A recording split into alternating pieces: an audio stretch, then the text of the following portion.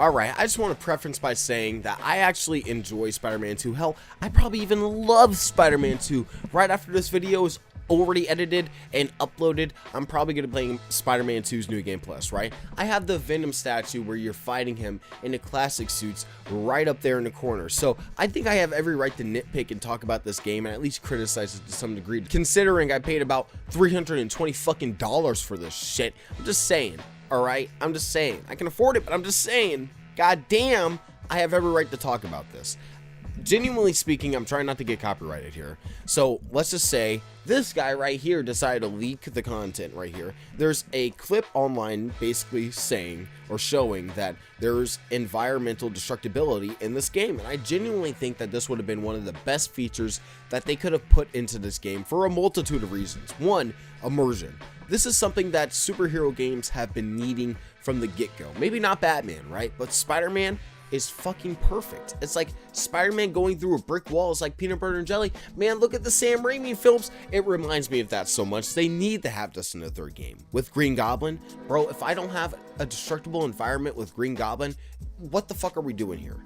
All right? I'll let you pass now for a little bit, but for that game, for Spider-Man 3, it needs to be a lot more brutal, in my opinion. But like for this one, it could have worked also entirely well. Like it looked like it was perfect in that first little clip where he's getting thrown through the wall by the hunters. Like that right there is like, oh no, not through the wall. And he's like, you know, in the streets now telling people to grab cover. That literally grabbed my attention immediately, and that's something that I think superhero games need more of. That's something that I've been wishing that we've had since we saw the canceled Superman game all the way back in like 2012 or some shit. Like I really think that there are so many opportunities to do so much cool shit within that. And also going in and seeing what they did with the Venom potential boss battle, I've been saying this verbatim, bro. Verbatim. We need a Venom boss fight where he's throwing you around, throwing you into buildings, doing crazy shit like that, where you're chasing him around or he's chasing you, yada yada yada. I mean, that's exactly what we needed. Exactly what I wanted. If they were going to rip off Web of Shadows, they might as well have fucking done it there, where you're running through the streets fighting Venom. That's one of the coolest parts of Web of Shadows, and they don't give it to us in this game. And I'm sorry, but like fighting him in EMF and then fighting him at like Midtown High and then fighting him in the air, man, I'm sorry. That's lackluster as a motherfucker. They really could have done something here if they weren't rushed by Sony. And Sony, to a certain degree, is to blame here. I will blame Sony here for rushing Insomniac and not giving them enough time. Brian Intihar literally threw producers under the bus for this, right? But Brian Intihar is also to blame here. This man literally went onto an interview and said on camera, I don't give a fuck what players think. I'm gonna put MJ missions in here and I'm gonna make her more in OP. Like, bro, you could have cut 2 of those missions, made it 10 times more, you know, better for your game, and actually put in destructible environments and another Venom thing for the third act. But instead you wanted to focus on MJ missions and Death Girl gameplay. And I know those might not seem like they're a lot, but those 20 minutes of MJ gameplay per mission probably cost a lot of fucking money. Am I wrong here? Like, they could have easily cut those. So Insomniac is to blame to a certain degree. They had a decision and they made their decision by keeping things that players obviously didn't like and still don't really like. Yeah, Mary Jane is fucking John Wick now. Is she fucking, is that like, does that make any of the stealth missions any better? It's a little bit more intense. It's a Last of Us ripoff without any of the fucking detail. So while it is very intense, I'm not saying that it's really good. Those MJ missions still suck ass, and we really could have done without them.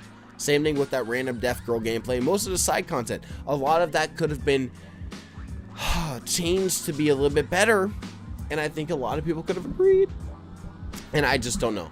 I feel like with given enough time, they could have done something really cool with the destructible environments, and it actually looks like with Wolverine, they might be doing something like that. And I'm excited to see Wolverine potentially going in a more brutal, more realistic, going through walls type of way. And it seems like it's a little bit of a lesser degree where, you know, you're actually just going inside of buildings and throwing enemies through walls or slashing them through walls. That's really cool. I like that. And I hope that they take that and kind of incorporate that into Spider-Man 3, where enemies can grab you and throw you into buildings. Or like you could actually, and it's kind of weird because in the first game, you have missions where thugs are inside of the actual buildings and you get to burst into the buildings, but they don't have any of that in this game. And it's so weird. I feel like the interiors just are very, there's really cool interiors within the story, but the interiors within the open world just aren't there. You're just swinging around most of the time. You're not really going into anywhere. And I feel like with that first game, even with the little detail of bursting into a store and saving, you know, people that are getting robbed was really, really cool. So having an extra layer of maybe a Venom boss fight where you're getting grabbed, you're getting thrown through a fucking building. That's so cool. Where you're getting grabbed and you're getting thrown into a subway and then getting bashed around in the subway, or you have to figure out a way to get out of there and he's chasing you. That sounds so freaking cool. I don't understand why that needed to be cut and not the MJ missions. So overall, I hope people understand where I'm coming from, and also to a certain degree where I'm coming from when I say this game is unfinished, because I feel like this game is unfinished. I played this game when it first came out, as soon as it came out, and for the first 2 weeks I couldn't 100% the game because the Marco missions, the Marco memory missions, kept me locked in there unless I like had to go through 15 different loopholes to fucking do it. And that's ridiculous. And I still, as soon as I got the update for the New Game Plus, the first thing I did, swing around. The first crime I went to fucking disappeared. So how the fuck are you gonna tell me that they updated the game for about 6 months straight and the crimes still disappear? Like, what the fuck? How is it finished when shit still does that? You can't. And then people on Twitter are like, oh, well, all games are unfinished, so this game is also. Bro, you're proving my point. I'm saying this game is also unfinished. It probably needed 2 more years to cook. What the fuck are we arguing about? People are trying to tell me that I'm wrong. No, I'm not. We were robbed. We should have had more. We should have had a little bit more time, or they should have had a little bit more time to cook. And people trying to tell me that games are always unfinished. This is just not true. I mean, shit, Arkham Asylum was finished. Arkham City was finished. They had a plan for those. It didn't really seem like they had a solid plan for this. And I really hope Insomniac the best. I really wish that in the future they learn from these mistakes and they kind of, or at least Sony also learns from these mistakes and cuts unnecessary bullshit and puts in things that they know fans want. Because again, that Venom boss fight that we saw in the leaks could have easily been like Web of Shadows 2.0. If they were already gonna copy Web of Shadows, why not just fucking do a Venom boss fight where you're fighting in the streets just like Web of Shadows? You do that same shit in that game. So I feel like they could have easily done it in this game as well. There's a lot that could have easily been done, in my opinion, if they cut a lot of unnecessary bullshit. If they listened to their gut and went with more in-house shit that they were trying to do. And I don't know, maybe in the next game they'll learn their lesson with the story and with the side content and with all of the stuff that people really wanted. And they hear what people really wanted. They are really good at listening to constructive criticism and listening to like what fans want, and I really hope they do listen to everybody that has been talking about this destructive environments and of course the story content and how people aren't really satisfied with those things, and with of course multiple things like how they could have easily made a lot of changes to the combat that could have made things a lot more immersive, like of course that destructible environment clip. So overall, I want to know what your guys' thoughts are. I know that I've been very critical about this game, but I think that has been, you know, kind of right. I mean, what am I gonna do? Just suck the game off all the time? I really tried to hype this game up when it first came out, or when it was first getting released, for like 2 months, 4 months straight. I don't even know. For a long time, I was like trying to like hype this game up. When it came out, I was slightly disappointed because I had that hype level up.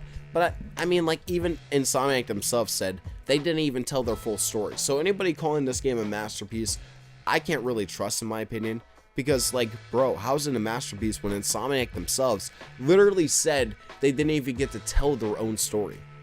It's kind of weird. So, tell me what you guys think in the comments below. Thank you guys so much for liking the videos and, of course, giving me all the support in the world. I have a lot more videos planned in the future, and I would love to hear you guys' thoughts and opinions in the comments below, and I'll see you guys in my next one. Peace out.